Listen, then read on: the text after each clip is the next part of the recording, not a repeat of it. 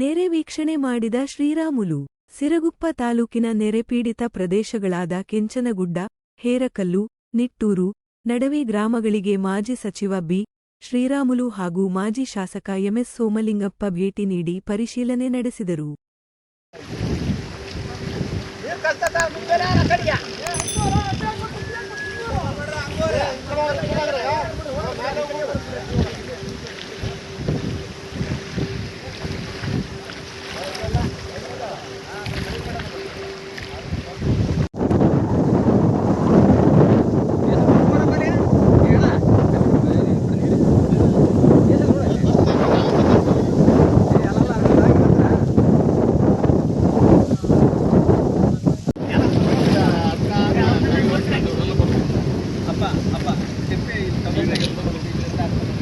ತಪ್ಪ ಅಂದ್ರೆ ತಾಂಬರಪ್ಪ.